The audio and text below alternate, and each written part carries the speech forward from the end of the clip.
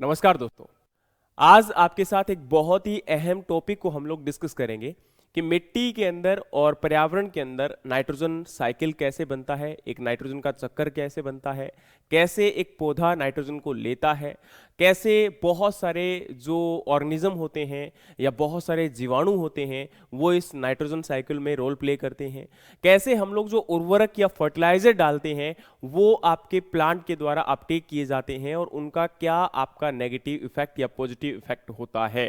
तो आज ये पूरा एक नाइट्रोजन का साइकिल है, क्योंकि आप सबको पता है कि एक पौधे की बिजाई से लेके कटाई तक आपके लगभग 17 आवश्यक तत्व हैं जिनकी आवश्यकता होती है, और उनमें से नाइट्रोजन एक अहम है। क्यों अहम है? क्योंकि इसकी आवश्यकता पौधे के लिए, पौधे की मेटाबॉलिक एक्टिविटीज और पौधे के अंदर एमिनो एसिड का फॉर्मेशन है, पौधे के अंदर जो नंबर ऑफ टीलर या नंबर ऑफ ब्रांचेस बढ़ती हैं, है ना, जो पौधे के अंदर कल्ले बढ़ते हैं, या पौधे के अंदर जो पत्ता है, या पौधे के अंदर जो प्रकाश संश्लेषण या फोटोसिंथेसिस की जो प्रक्रिया है, उनमें नाइट्रोजन का एक अहम रोल होता है। तो अब ये नाइट्रोजन, क्योंकि आप सब लोगों को पता है कि हमारे एयर के अंदर, हमारी हवा के अंदर, हमारे वातावरण के अंदर नाइट्रोजन आपका जो है वो बहुत मात्रा में प्रेजेंट है, बहुत मात्रा में उपस्थित है। आप सबको पता होगा जब हम एयर की बात करते हैं तो हवा के अंदर 78% क्या है आपका नाइट्रोजन है, N2 है, लेकिन ये आपका प्लांट जो है वो अपटेक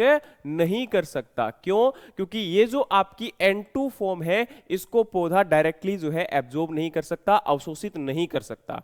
अब क्या होता है कि ये जो नाइट्रोजन है वो सबसे पहले हवा से कहां जाती है? मिट्टी में जाती है, मिट्टी यानी कि सॉइल। अब मिट्टी में जब जाएगी तो मिट्टी में कैसे जाएगी? तो उसमें आपको देखो, पहले तो आपका लाइटनिंग, आपने सुना होगा कि बिजली जो कड़कती है, बिजली जब कड़कती है तो बिजली के कड़कने के साथ ये नाइट्रोजन मॉलिक्यूल टूट जाते हैं, ब्रेक हो जाते हैं, और बारिश के साथ क्या होता है, ये जो नाइट्रस ऑक्साइड जो कंपाउंड बनेंगे, NO बनेगा, वो आपका रेनफॉल यानी कि बारिश के साथ क्या होगा, जमीन पर आ जाएगा, और ये आपका जो है यहां पर अमोनिया फॉर्म में पौधों को अवेलेबल हो जाता है, इसको पौधा अपटेक कर लेता है। लेकिन इसके अलावा आपके पौधे जो है जहां पर ग्रो करते हैं, अब इसी मिट्टी की अगर हम बात करें तो इस मिट्टी के अंदर बहुत सारे जीवाणु हैं। जीवाणु मतलब आपके माइक्रो ऑर्गेनिजम्स, और ये जो जीवाणु होते हैं, माइक्रो ऑर्गेनिजम्स होते हैं, ये क्या करते हैं, इस हवा में जो नाइट्रोजन है उसको आपका अमोनिया में कन्वर्ट करते हैं। अमोनिया में क्या करते हैं? इसको कन्वर्ट करते हैं NH3 मॉलिक्यूल में, और ये क्या होगा, अब ये जो अमोनिया होगा, NH3 होगा, अब इसका यहां पर क्या होगा, आपका ब्रेकडाउन होगा, और ये आपका ब्रेकडाउन होने के बाद क्या बनेगा, NO2 नेगेटिव, और फिर इससे बनेगा NO3 नेगेटिव। ठीक है, तो इस प्रकार से ये एक साइकिल आपका चलता है। तो यहां अगर हम बात करें तो साइकिल को आप लोग यहां से समझ सकते हो। देखो क्या होता है कि आपकी हवा के अंदर नाइट्रोजन जो उपस्थित है इसको नाइट्रोजन फिक्सेशन बैक्टीरिया, अब ये बैक्टीरिया कहां उपस्थित होते हैं, ये आपके पौधे की जड़ों में प्रेजेंट होते हैं। आपने सुना होगा एक कैटेगरी के पौधे होते हैं जिनको हम लेग्यूम बोलते हैं। ठीक है, अब ये लेग्यूम कैटेगरी के जो पौधे होते हैं इनकी जड़ों के अंदर नोड्यूल प्रेजेंट होते हैं, और ये नोड्यूल्स के अंदर बैक्टीरिया प्रेजेंट होते हैं, और ये बैक्टीरिया क्या करते हैं, इस N2 को आपका जो है अमोनिया के अंदर कन्वर्ट करते हैं, और जिस अमोनिया को पौधा भी अपटेक कर लेता है, और बाद में ये जब पौधा गलता है, ये पौधा जब सड़ता है, तो उस टाइम पर यही अमोनिया आपकी क्या होती है, मिट्टी में रिलीज हो जाती है। और ये अमोनिया जब मिट्टी में रिलीज होती है तो यहां पर आपका क्या होता है कि कुछ बैक्टीरिया होते हैं। अब जैसे यहां पर ये जो आपकी अमोनिया होती है दो फॉर्म में होती है, एक NH4 पॉजिटिव और एक आपकी NH3 आपकी, है ना। तो इसमें क्या होता है, जब ये आपका यहां पर क्या होगा, ये जो बैक्टीरिया, ये जो अमोनिया है, ये क्या होता है, नाइट्रोसोमोनाज, एक बैक्टीरिया का नाम होता है नाइट्रोसोमोनाज। इस बैक्टीरिया की मदद से क्या होगा, आपका ये नाइट्राइट में कन्वर्ट हो जाता है। इसको हम लोग क्या बोलते हैं, नाइट्राइट बोलते हैं। और फिर यहां पर फिर आपका नाइट्रेट बनता है, इसको हम बोलते हैं नाइट्रेट। क्या बोलते हैं, नाइट्रेट। और अब क्या होता है, ये जो आपका फॉर्मेशन होता है ये होता है नाइट्रोबैक्टर की मदद से। किसकी मदद से, नाइट्रोबैक्टर। अब क्या होगा, ये यहां पर आपका जो है NO3 में कन्वर्ट हो जाता है, और इस NO3 को पौधा सबसे ज्यादा अपटेक करता है या फिर इसको अपटेक करता है। ये दो फॉर्म ऐसी होती हैं आपके जो पौधे के द्वारा जड़ों से क्या की जाती हैं, अवशोषित की जाती हैं, और आपका पौधा क्या करता करता है? पौधा प्रोटीन, एमिनो एसिड्स और आपकी जो क्लोरोफिल फॉर्मेशन, इनको क्या करता है? फॉर्म करता है, और जो भी डीएनए या न्यूक्लिक एसिड इससे बनते हैं उनको यूटिलाइज करेगा। अब पौधा क्या होगा? पौधा या तो किसी पशु के द्वारा खा लिया जाएगा, या पौधा जो है वो मर जाएगा, तो उस समय वो मिट्टी में मिल जाएगा, और मिट्टी में मिलने के बाद इस पौधे से जो भी अमोनिया होगी वो क्या होगी? वापिस इसमें आ जाएगी। या जो आपका एनिमल खाएगा, अब जो पशु इसको खाएगा, तो पशु के खाने के बाद भी जो पशु गोबर करेगा, ये जो गोबर होगा वो भी क्या होगा? आपका वापिस से यहां पर मिट्टी के अंदर वही जीवाणु क्या करते हैं? इसको फिर से कन्वर्ट करते हैं, और ये साइकिल आपका चल जाता है। अब एक चक्कर का मतलब क्या होता है? जब कोई चीज घूम फिरकर वहीं आ जाती है। देखो यहां से स्टार्ट हुआ था, वापिस यहां से आपका आ गया। अब दूसरी बात बताता हूं, ये जो बैक्टीरिया होते हैं ना, ये बैक्टीरिया 3 प्रकार के होते हैं। एक ऐसे बैक्टीरिया होते हैं, एक ऐसा संबंध होता है जिसमें ये बैक्टीरिया किसी से कुछ नहीं लेते हैं, ये जस्ट केवल क्या करते हैं? आपकी हवा से नाइट्रोजन को फिक्स करेंगे और आपके पौधे के लिए अवेलेबल करवाएंगे। उनके अंदर एग्जाम्पल आपका एक आता है एजोटोबैक्टर। क्या आता है? एजोटोबैक्टर, या फिर आपका क्लेब्सिला, इसका भी नाम आपने सुना होगा। तो ये एजोटोबैक्टर, क्लेब्सिला, ये क्या करते हैं? ये जो हवा के अंदर नाइट्रोजन है उसको डायरेक्टली फिक्स करके आपके पौधों को अवेलेबल करवा देते हैं। दूसरे आपके आते हैं सिम्बायोटिक नाइट्रोजन फिक्सेशन, जो कि आपको मैंने अभी बताया था। लेग्यूम जो पौधे होते हैं, जैसे कि आपकी दालें होती हैं, इनकी जड़ों के अंदर गांठें होती हैं, नोड्यूल होती हैं, और इन गांठों के अंदर, इन नोड्यूल्स के अंदर ये बैक्टीरिया उपलब्ध होते हैं, और ये बैक्टीरिया क्या करते हैं? हवा से नाइट्रोजन को अवशोषित करते हैं और इसको अमोनिया में कन्वर्ट करते हैं, जिसको कि पौधा क्या करता है? आपका अपटेक करता है। अब क्या होगा? ये जो आपका नाइट्रेट होता है, ये किसमें कन्वर्ट हो गया? तो या तो इसको पौधा क्या कर लेगा? अपटेक कर लेगा। लेकिन कई कारणों में ऐसा होता है कि जब आपका, अब जो यहां पर है, हम लोग जैसे देखते हैं कि ये आपका नाइट्रेट में कन्वर्ट हो गया, लेकिन जैसे मान के चलिए अभी बारिश आ गई, या फिर आपने जो है खेत के अंदर पानी लगा दिया, और पानी जो है वो 2 घंटे तक, 2 दिन तक, 3 दिन तक भरा हुआ पड़ा है, तो क्या होता है? उसमें हमारा वाटर लॉगिंग होता है, पानी भर जाता है, और पानी भरने के बाद ये जो बैक्टीरिया थे, इनकी एक्टिविटी बंद हो जाती है, क्योंकि ये बैक्टीरिया तभी काम करते हैं जब उस मिट्टी के अंदर ऑक्सीजन उपलब्ध होती है।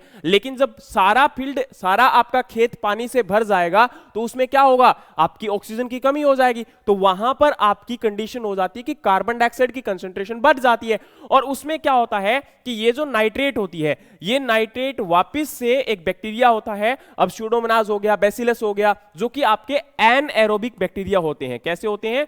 एनएरोबिक, मतलब जो ऑक्सीजन की प्रेजेंस में क्या करते हैं? काम करते हैं। और ये क्या करते हैं? ये आपका N2O, ठीक है, यानी कि नाइट्रस ऑक्साइड में क्या कर देते हैं? इसको कन्वर्ट कर देते हैं, और ये नाइट्रस ऑक्साइड आपकी हवा में चली जाती है। और आपको पता होना चाहिए, यही नाइट्रस ऑक्साइड जो है ग्रीन हाउस गैस का काम करती है, जो कि ज्यादातर आपकी यहां पर कहां से निकलती है? आपके राइस के फील्ड से निकलती है, यानी कि धान के खेत से निकलती है। अब दूसरी बात यहां पर क्या है कि आपका ये जो नाइट्रेट होता है, ये पानी में सोल्यूबल बहुत अच्छा होता है, मतलब पानी में जल्दी घुल जाता है। तो पानी में घुलने के कारण क्या होगा? इसका लीचिंग लॉस भी होगा। ये पानी के साथ क्या होगा? ये नीचे के आपके पानी के साथ ग्राउंड वाटर में चला जाएगा। अच्छा, इसके साथ आपको एक बात और बताता हूं कि यहां पर ये जो नाइट्रेट है आपका, इसके साथ ये जो अमोनिया है, ये अमोनिया होता है, ये भी आपका क्या हो जाता है? हवा में चला जाता है। जब आपकी एनारोबिक कंडीशन आती है, जब फील्ड में पानी भर जाता है, तो उस समय ये अमोनिया जो होता है, ये डायरेक्टली एनवायरमेंट में लॉस हो जाता है, और वहां पर जाकर वापस वही नाइट्रोजन आपका N2 का फॉर्म में कन्वर्ट होता है। तो इस प्रकार से ये आपका एक चक्कर चलता रहता है। लेकिन जब हम क्या करते हैं, इस खेत के अंदर हमने आपका, अब देखो कई बार क्या होता है, जैसे सबसे पहले मैं आपको बताता हूं कि इसमें यहां पर आपका अहम रोल किसका है? अहम रोल है कि भाई या तो क्या होनी चाहिए? बिजली कड़कनी चाहिए, जिससे क्या होगा? और उसके बाद बारिश आनी चाहिए, जिससे क्या होगा? नाइट्रोजन आपकी सोइल में आएगा, मिट्टी में आएगा।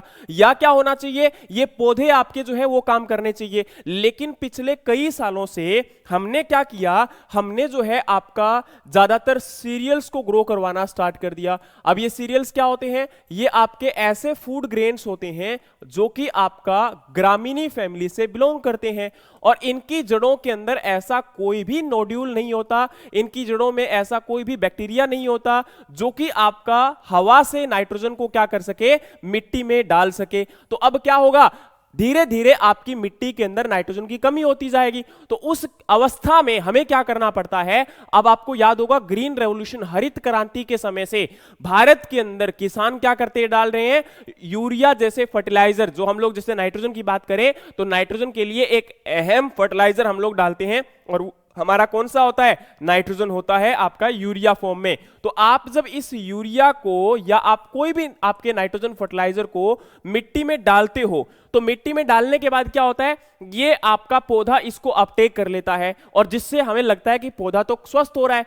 लेकिन जैसे ही हम लोग इस मिट्टी में डालते हैं, तो इस मिट्टी में डालने की वजह से, अब याद करो, हमारे बैक्टीरिया जो कि आपके नाइट्रोजन को कन्वर्ट कर रहे थे, अब उन बैक्टीरिया के ऊपर भी आपका इसका नकारात्मक यानी कि नेगेटिव इफेक्ट स्टार्ट हो जाता है, नकारात्मक प्रभाव पड़ना स्टार्ट हो जाता है। उन बैक्टीरिया की संख्या धीरे धीरे धीरे धीरे कम होना स्टार्ट हो जाती है, और आपकी मिट्टी एक प्रकार से निर्जीव अवस्था में आ जाती है। अगर आपने सुना होगा कि आपकी जो मिट्टी होती है ना, ये संजीव होती है, ये आपकी लिविंग बॉडी होती है, लेकिन अगर आप इसी प्रकार से जब आपके फर्टिलाइजर यानी कि उर्वरकों को डालते हो, तो धीरे धीरे ये मिट्टी क्या हो जाती है, आपकी निर्जीव हो जाती है, डेड हो जाती है, मर जाती है, मृत अवस्था में पाई जाती है।